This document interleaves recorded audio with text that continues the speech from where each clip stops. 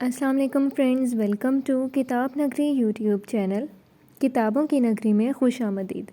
میں ہوں آپ کی ہوسٹ اقرا یاسین، اور آج میں آپ کے لیے لے کر آئی ہوں زہرا فروخ حسن کے قلم سے تحریر کردہ ناول درد دل کی تو دوا کی ایپیسوڈ نمبر 44۔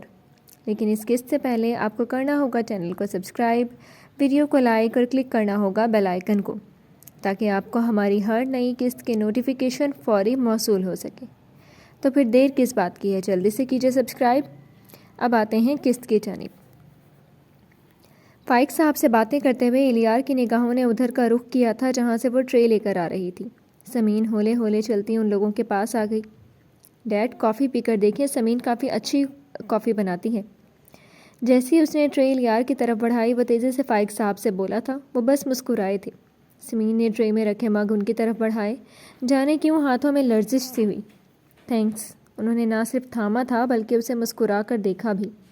سمین عجیب سے احساسات میں گر گئی۔ آنکھوں میں نمی سی آئی جو الیار سے مخفی نہیں رہی تھی۔ آؤ بیٹھو، اسے ٹرے رکھ کر جاتا دیکھ کر وہ نرمی سے بولا۔ بچوں کو ملک دے آؤں۔ بہانہ کر کے جانا چاہا۔ میں یہیں بلاتا ہوں، تم بیٹھو۔ الیار نے اس کی کلائی پکڑ کر وہیں اپنے پاس بٹھا دیا۔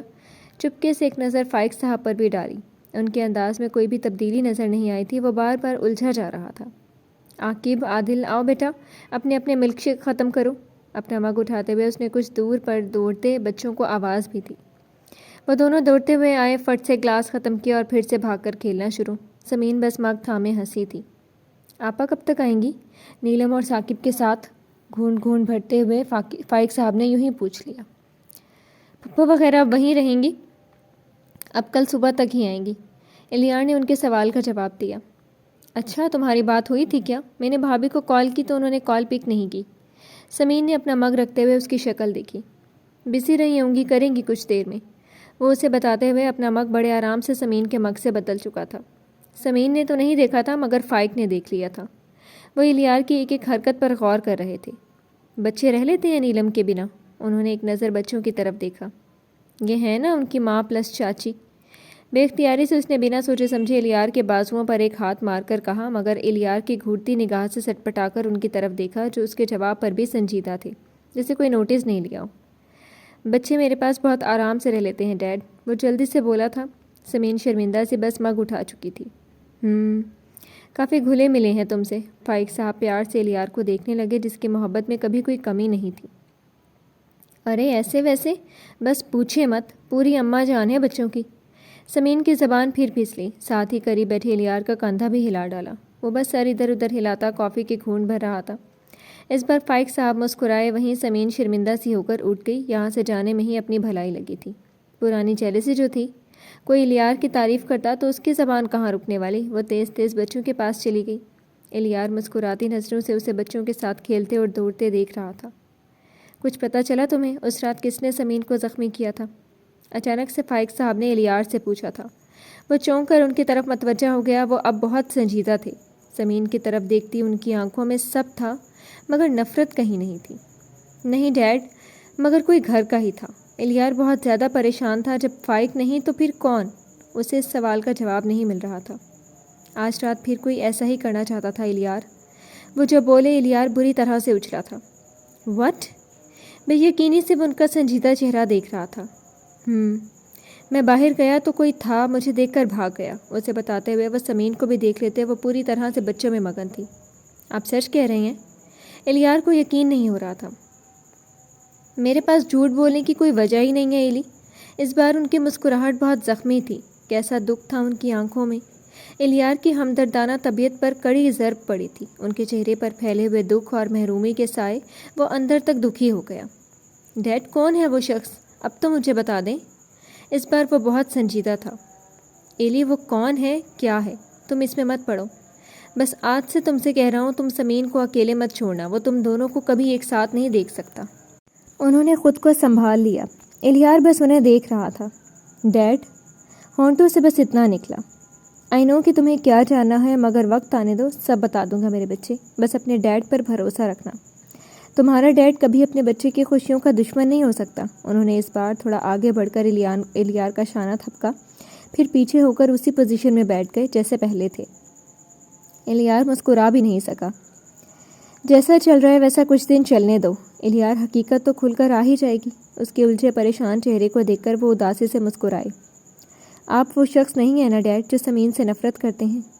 اس کے ہونٹوں سے جملے سرسراتے ہوئے نکلے تو فائق صاحب کے چہرے کا رنگ تبدیل ہو گیا۔ مجھے معلوم ہے تم غور کر چکے ہو کہ مجھے سمین سے نفرت نہیں ہے، مگر میں نے کہا نا، وقت آنے تو سب بتا دوں گا۔ دوسرے ہی پل خود کو سنبھال کر وہ اسپاٹ چہرے کے ساتھ بولے، ابھی بس کیسے بھی کر کے سمین کی جان بچانا تمہارا مقصد ہونا چاہیے۔ کیا ہوا ہے ماضی میں ڈیڈ؟ اس نے جیسے ان کی بات سنی ہی نہیں، بہت پتھریلے انداز میں ان سے پوچھا تھا۔ انہوں نے ایک سر دہ بھر کر کہنا شروع کیا، ایلی، ماضی جب بھی کھلے گا ہمیشہ بس دکھ ہی دے گا۔ جب بھی سب کے سامنے آئے گا بس زندگیوں میں زہر گھل جائے گا، اس لیے ضروری نہیں کہ سب جانا ہی جائے۔ تم میری اولاد سے بڑھ کر ہو، تمہیں دکھ تو کیا، دکھ کی آنچ تک تم پر پہنچا نہیں سکتا میں، اس لیے میری ایک التجا مان لو، جیسا سب ہے ویسا ہی رہنے دو، جیسا سب سمجھتے ہیں انہیں سمجھنے دو، بس کچھ دن اور میں سب ٹھیک کر لوں گا۔ ان کی آنکھوں میں نہیں، ان کے چہرے تک اس سے یہی التجا کر رہا تھا۔ ڈیڈ، آپ مجھ سے سب چھپا کر اتنے دن سے خود کو کیوں اذیت دے رہے ہیں؟ الیار کو ان کی آنکھوں میں بس سچ ہی سچ نظر آیا تھا۔ یہ اذیتیں ہماری خود کی خریدی ہوئی ہیں نا میرے بچے، تو اس اذیت میں تم کیوں جلو؟ گنہگار ہم تھے، میں اور تمہارا باپ، ہم دونوں نے اپنے اپنے گناہوں کی سزا کاٹنی ہے۔ تم اور سمین، تم دونوں کا کوئی قصور نہیں، معصوم ہو تم دونوں، تو پھر تمہیں کیوں وہ اذیت دوں جو صرف ہمارا نصیب بنی؟ وہ جیسے بہت ہار کر بول رہے تھے۔ الیار ایک دم چپ سا ان کی تکلیف دہ آنکھوں کو دیکھ رہا تھا۔ ان کی آنکھوں میں ایسا غموں کا سمندر چھپا ہوا تھا جو بیان کرنے کے بھی قابل نہیں تھا۔ الیار، مجھ سے وعدہ کرو ابھی، میں جو چاہ رہا ہوں تم اس بات کو مان کر قائم رہو گے، تم گھر میں کسی سے کچھ نہیں کہو گے، وعدہ کرو، جیسا چل رہا ہے سب ویسا ہی چلنے دو گے۔ فائق صاحب ایک دم سے اٹھ کر اس کے پاس والی کرسی پر آ کر بیٹھ گئے اور اپنے سرد ہوتے ہاتھ سے الیار کا ہاتھ تھام لیا۔ ڈیڈ، لیکن مجھے سچائی جاننے کا تو حق ہے نا؟ ان کے ہاتھوں کو مضبوطی سے جکڑ کر وہ بہت زیادہ سنجیدہ تھا۔ ہے میرے بچے، ہے، مگر آج تمہیں یہ سب بتانے کا میرا بس ایک مقصد تھا کہ تم جیسے بھی ہو سمین کی حفاظت کرو، اسے کبھی اکیلا مت چھوڑنا، چاہے وہ کوئی بھی ہو، میں ہوں یا تمہاری ماں ہو۔ الیار بہت ہی الجھن سے انہیں دیکھ رہا تھا۔ ڈیڈ، میں ہوں سمین کے ساتھ، مگر کچھ نہیں، بس تم سے جو کہا ہے وہی کرو۔ ایلی، تم سمین سے محبت کرتے ہو نا؟ اس بار وہ بری طرح سے چونکا تھا، اپنے شک کو یقین میں بدلتے دیکھ کر۔ فائق صاحب اس کا ہاتھ چھوڑ کر سمین کی طرف دیکھنے لگے۔ بچوں کے ساتھ سٹینڈ لینے والے جھولے پر جھولتی وہ بے تحاشا ہنس رہی تھی۔ کتنی خوش تھی ان کی اپنی بیٹی، ان کی جگر کا ٹکڑا، جس کی حفاظت کے لیے انہوں نے وہ سب برداشت کیا جو دھیرے دھیرے ان کے دل کو کاٹ چکا تھا۔ کتنا سخت تھا ان کے لیے یہ سب، مگر سمین اور الیار کے لیے یہ بھی سہا انہوں نے۔ آپ جانتے تھے ڈیڈ، پھر آپ نے کیوں؟ وہ آگے بول ہی نہیں پایا، اس قدر حیران تھا وہ۔ میں سب جانتا ہوں ایلی، تم کب سمین سے ملے، تم کیوں اس کے پیچھے بھاگتے تھے، کیسے تم نے اس دن اس کی محافظ بنے، سب جانتا ہوں، اچھے سے جانتا تھا۔ سمین ہی وہی لڑکی ہے جو تمہیں 17 سال کی عمر میں ملی تھی۔ اتنے دیر میں پہلی بار وہ مسکرائے۔ اور الیار، وہ ایگریمنٹ، وہ نفرت کا اظہار، سب ڈرامہ تھا الیار، بس اتنا سمجھ لو یہ ضروری تھا۔ اور اس سے پہلے کہ وہ کچھ اور کہتے کہ گیٹ پر نگار کی گاڑی کا ہارن سن کر وہ خاموش ہو گئے۔ تم سمجھو میں نے تم سے کچھ نہیں کہا، اوکے؟ سگریٹ کا پیکٹ اٹھا کر وہ ویسے ہی سنجیدہ ہو گئے جیسے ہمیشہ الیار نے ان کو دیکھا تھا۔ الیار بھی مصلحت کے تحت خاموش ہو گیا، ورنہ بے چینی تو سب جاننے کی تھی۔ خیر، جب اتنا سب کچھ کھل گیا ہے باقی راز بھی کھل ہی جائے گا، دل ہی دل میں سوچ کر ایک نظر سگریٹ پیتے فائق صاحب کو دیکھ کر ادھر ادھر دیکھنے لگا جہاں ممی کی کار اب گیٹ کے اندر آ رہی تھی۔ ڈرائیور بیک ڈور کھول کر ادب سے ان کے اترنے کا منتظر کھڑا تھا۔ بیک سیٹ سے نگار گردن تانے غرور سے نکلی۔ الیار بس انہیں دیکھ رہا تھا۔ ادھر نگار کی بھی نگاہ ان دونوں پر پڑ گئی تھی، اس لیے خرامہ چلتی وہ ان دونوں تک پہنچ گئی۔ ایلی، میں نے کہا تھا سارا کام نپٹا کر آنا، مگر تم سب چھوڑ چھاڑ کر بھاگ گئے۔ میں دیکھ رہی ہوں آج کل تم بہت لاپرواہی کرنے لگے ہو۔ وہ قریب پہنچتے ہی شروع ہو گئی تھی۔ الیار کا موڈ بری طرح سے آف ہوا تھا، ایک تو ویسے بھی ٹینشن، اس پر ممی کا رعب۔ ایلی کو میں نے بلایا تھا، ضروری فائل اس کے پاس تھی۔ اس بار فائق صاحب بول پڑے۔ پہلی بار انہوں نے اس کی خاطر جھوٹ بھی بول دیا۔ الیار نے تشکر بھری نظروں سے انہیں دیکھا۔ بتا کر تو آ سکتا تھا، کال پک اپ بھی نہیں کی۔ نگار تھوڑی نرم پڑ کر وہیں کرسی کھینچ کر آرام سے بیٹھ گئی۔ فائق صاحب نے بے اختیار ادھر دیکھا جہاں ابھی کچھ دیر پہلے بچے اور سمین تھے، مگر وہ لوگ نظر نہیں آ رہے تھے۔ شکر ہی تھا نگار نے سمین کو بھی لان میں نہیں دیکھا۔ میرا فون سائلنٹ موڈ پر تھا، ابھی بھی دیکھیں اسی موڈ پر ہے۔ اپنا موبائل نکال کر نگار کو دکھاتا وہ بس زبردستی مسکرایا تھا۔ بچے اور سمین دکھائی نہیں دے رہے تھے۔ وہ فائق صاحب کی باتوں سے اتنا الجھا ہوا تھا کہ سمجھ میں نہیں آیا کہ کب وہ دونوں کے ساتھ وہ اٹھ کر وہاں سے چلی گئی تھی۔ Every thing is okay? کیا ڈھونڈ رہے ہو تم؟ بے چین سے الیار کو دیکھتے نگار پوچھے بنا نہیں رہ سکی تھی۔ نہیں ممی، وہ میں عادل اور راکب یہیں کھیل رہے تھے، نظر نہیں آ رہے۔ الیار بولنے کے ساتھ ہی اٹھ کر کھڑا بھی ہو گیا۔ وہ لوگ اندر چلے گئے ہیں، سگریٹ کا کش لیتے ہوئے فائق صاحب نے اطمینان سے بتایا۔ ان کے ماں باپ ہیں، تم کیوں اتنے پریشان ہوتے ہو؟ نگار اس بار الیار کے پریشان چہرے کو دیکھ کر ناگواری سے بولی تھی۔ کیا ہو گیا ممی آپ کو؟ اب آپ بچوں کے لیے بھی سوال جواب کریں گی؟ اس بار وہ چپ نہیں رہ سکا، بچوں سے اسے والہانہ لگاؤ تھا۔ میں نے کچھ غلط تو نہیں کہا؟ اندر ان کے ماں باپ ہوں گے، تمہیں اتنا پریشان ہونے کی کیا ضرورت ہے؟ ان کے بچے ہیں، وہ دیکھیں۔ اپنے کاندھے جھٹک کر وہ تعجب سے الیار کو دیکھ رہی تھی۔ فائق صاحب نے تعصب سے انہیں دیکھا۔ وہ صرف بھائی کے بچے نہیں، میرے اپنے ہی بچوں کی طرح سے ہیں۔ میں ان کا چاچو ہوں، اور آپ کی اطلاع کے لیے بتا دوں، گھر میں بھائی بھابھی دونوں نہیں ہیں، تو بچے میری ذمہ داری ہیں، ان کا خیال رکھنا میرا فرض ہے۔ خود پر کنٹرول کرتا وہ تھم سے وہیں کرسی پر بیٹھ گیا۔ سارے فرض جیسے تمہارے ہی نام ہو گئے ہیں، کبھی بچوں کا، کبھی زبردستی کا تھوپا گیا بیوی کا فرض۔ اس بار نگار لا تعلق نظر آتے فائق صاحب کو دیکھ کر ناک منہ چڑھا چکی تھی۔ الیار افسوس سے سر ہلا کر پھر سے اٹھ گیا۔ مجھے نیند آ رہی ہے، گڈ نائٹ، وہ کہہ کر پھر رکا نہیں، لمبے لمبے ڈگ بھر کر اندرونی حصے میں چلا آیا۔ اپنے روم میں جانے کی بجائے وہ سیدھے بڑی ماں کی طرف آیا تھا۔ بچے اور سمین کہیں نظر ہی نہیں آ رہے تھے۔ کہاں گئی کہ تینوں؟ سوچتے ہوئے وہ لاؤنج، لیونگ روم، بڑی ماں کے روم تک دیکھایا۔ بچوں کے روم میں بھی بچے نہیں تھے، اب بس بھائی بھابھی کا روم بچا تھا۔ وہ تیز تیز قدموں سے ادھر بڑھا تھا، دروازہ پورا بند نہیں تھا اور اندر سے ٹی وی چلنے کی آواز آ رہی تھی۔ بھابھی کو بہت شوق تھا آدھی آدھی رات تک مووی دیکھنا، وہ بھی اپنے بیڈ روم میں، بستر کے اندر گھس کر۔ سو ان کی خواہش پر بھائی کی ناگواری کے باوجود بھی بڑا سا LED وہیں روم میں موجود تھا۔ آہستہ سے ڈور کھول کر اس نے اندر قدم رکھا۔ الیار کے ہونٹوں پر مسکراہٹ دوڑ گئی۔ میڈم بیڈ کے سامنے ٹیبل پر سیروں کے حساب سے کھانے کی چیزیں رکھے بیڈ کے پائندے پر اوندھے منہ لیٹی مزے سے کارٹون مووی دیکھ رہی تھی، اور منہ لگاتار چل رہا تھا۔ کوہنی کے بل اونچی پیٹ کے بل لیٹی اور پاؤں ہوا میں ہل رہے تھے، اور عادل و عاقب ان کے جانشین بنے پیٹ کے بل لیٹے منہ میں چپس بھرتے چاچی کے اگل بغل ان سے لگ کر لیٹے ہوئے تھے۔ روم کی ساری لائٹس بند تھیں، بس اسکرین اور سائڈ ٹیبل پر رکھے لیمپ کی مدھم سی روشنی سے ہی روم تاریکی سے بچا ہوا تھا۔ الیار کو لگا اس کی ساری ٹینشن، ساری اداسی دور بھاگ چکی ہو۔ اتنا مکمل منظر تھا، بس اس کی کمی تھی۔ ابھی تک الیار کے آنے کی ان تینوں کو خبر نہیں ہوئی تھی۔ چاچی چاچو کو بلا لائیں؟ یہ شاید 20 بار تھا کہ عاقب نے پھر سے پوچھا تھا۔ خود ہی آ جائیں گے تمہارے چاچو، دیکھنا تم، منہ میں بھرے پاپ کارن کو نگل کر بمشکل کہا۔ مگر ابھی تک آئے تو نہیں؟ عادل کو بڑی فکر ہو رہی تھی۔ ڈونٹ وری، میں یہاں ہوں تو چاچو کہیں اور جا ہی نہیں سکتے، وہ بڑے فخر سے گردن اکڑا کر بولی۔ الیار مسکرایا۔ کیوں؟ عاقب نے فوراً پوچھا۔ چاچو چاچی کو لے کر سوتے ہیں کیونکہ چاچی کو ڈر لگتا ہے نا؟ عادل بڑی معصومیت سے چاچی کی گال پر ہاتھ پھیر رہا تھا۔ چاچی آپ کی چیکس بہت سافٹ ہیں، بالکل میری طرح، دیکھیں۔ اللہ اکبر! الیار نے ایک دم سے ہنس کر قدم آگے بڑھائے۔ میرے گال چھوڑو، یہ کس نے کہا تم سے کہ میں ڈرتی ہوں؟ سمین کی ناک پھولی تھی۔ چاچو نے کہا کہ آپ ان کی چھوٹی بچی ہیں نا؟ اس بار الیار اپنی بے ساختہ ابھرنے والی مسکراہٹ روک نہ سکا۔ بدھو، چاچی چاچو کی وائف ہیں، عاقب نے سمجھانا چاہا۔ اچھا بس کرو، مووی دیکھو، تمہارے چاچو بہت بدتمیز انسان ہیں۔ سمین نے دونوں کی پشت پر ہلکے ہلکے سے ہاتھ مار کر چپ کرایا۔ میڈم، میں بدتمیز بالکل نہیں ہوں، وہ جیسے ہی بولا تینوں کا سر اس کی طرف گھوما تھا۔ چاچو، دونوں بیڈ سے کود کر چاچو سے لپٹ گئے۔ سمین منہ ٹیڑھا کر کے اس طرح لیٹی مووی دیکھنے میں مست ہو گئی۔ چاچو گیم کھیلیں؟ عاقب گلے میں جھول کر لٹکا عادل ایک طرف کندھے پکڑ کر چڑھنے کی کوشش کر رہا تھا۔ الیار دونوں کو سنبھال کر بیڈ پر گرنے والے انداز میں بیٹھا۔